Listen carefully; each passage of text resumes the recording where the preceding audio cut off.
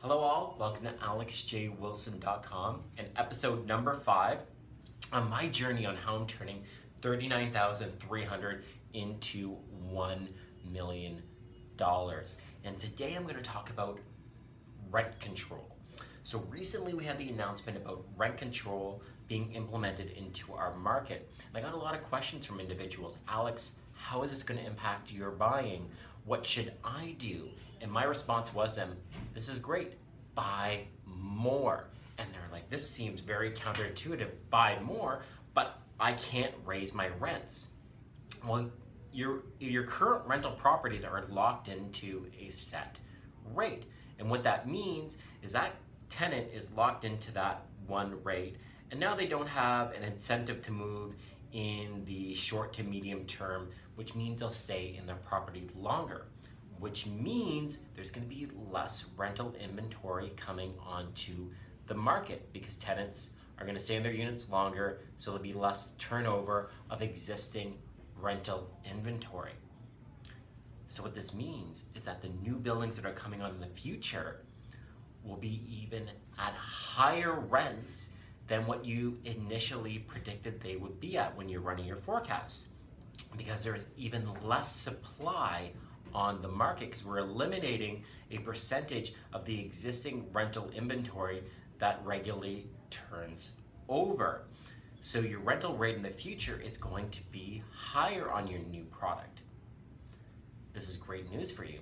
Now, your next question would be like, but Alex, when I rent that out, then I'm in the same boat as everyone else that has existing rental inventory, then I'm locked in for that rate to the future. Well, this is where the buy more scenario comes in.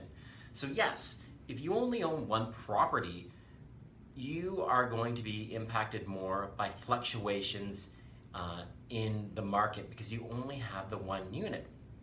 But if you own multiple units coming on at different time periods, you're actually going to earn more rental revenue across the spread of units.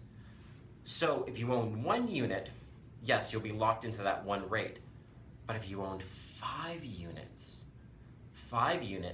you'll be locked in there, and then every sequential year after, you're going to be renting your units at progressively higher and higher rents because there'll be less rental inventory on the market, and that new rental inventory will be renting at a much higher rate because we have such a low vacancy rate in Toronto, a less than 1% vacancy rate currently, and now we are restricting supply even more.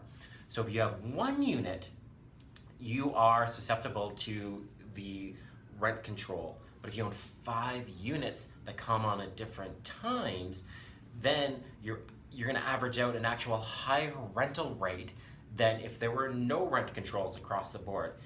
And if we go over 5 units over 5 years, eventually that first unit is going to move out, and then that will go up to the higher rental rate.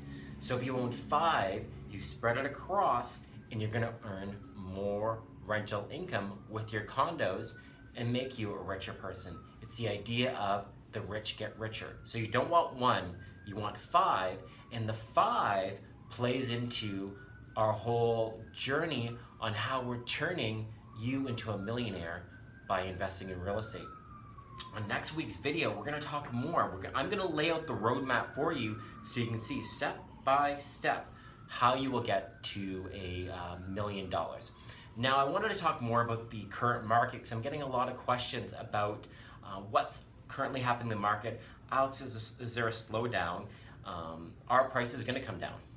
So some really interesting statistics. I dug down into the April 2017 numbers to see what happened in April. So some really interesting stuff comparing freehold properties to condo properties. So let me just get my computer here so I get the exact numbers for you that I worked out. Okay. So when I look at the freehold market, so on the freehold market, that includes your detached homes, your semi-detached homes, and your row townhouses. In 2016, April 2016, There were nearly 2,500 new listings on the market in April in 2016. In April 2017, 3,360 new listings came on the market. That's an increase of 35%. So a large increase in the amount of supply and inventory coming into the freehold market. Active listings also increased. So that's listings that are actively still on the market. Active listings went from nearly 1,600, and that jumped up to 2,034, representing a 28% increase. So what we have is we have an increase in the supply of the freehold housing market. And what this has resulted in, we have increased supply, and we have our demand curve.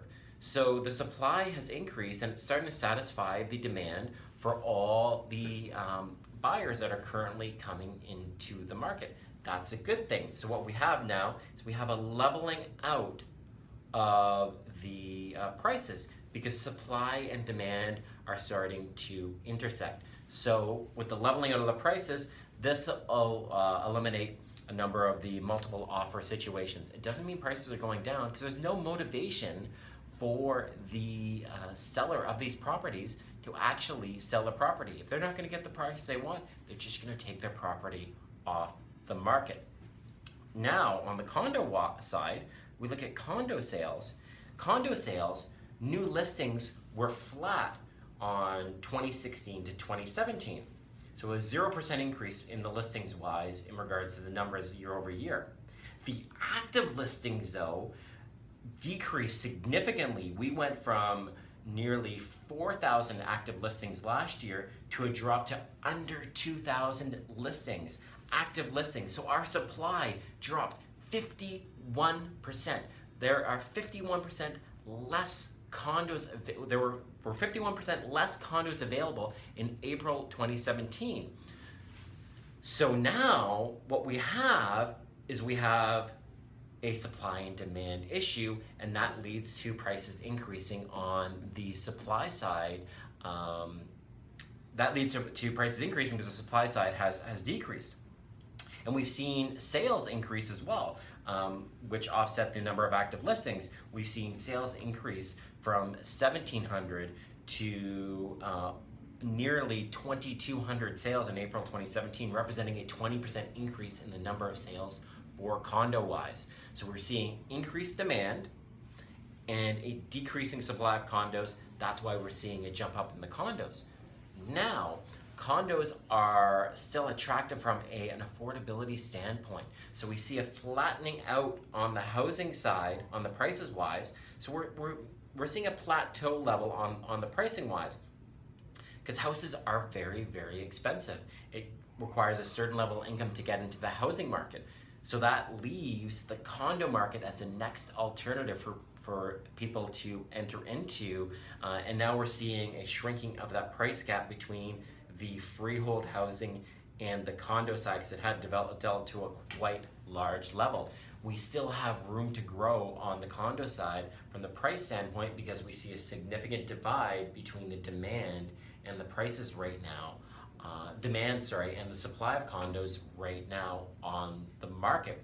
So condo prices are still going to continue to go up until we see that effect where demand and supply are equal each other, and that's when prices are going to flatten out. So still room for growth in the condo market. So that helps you give you an idea of better what's going on, the housing, the freehold market, and the condo market.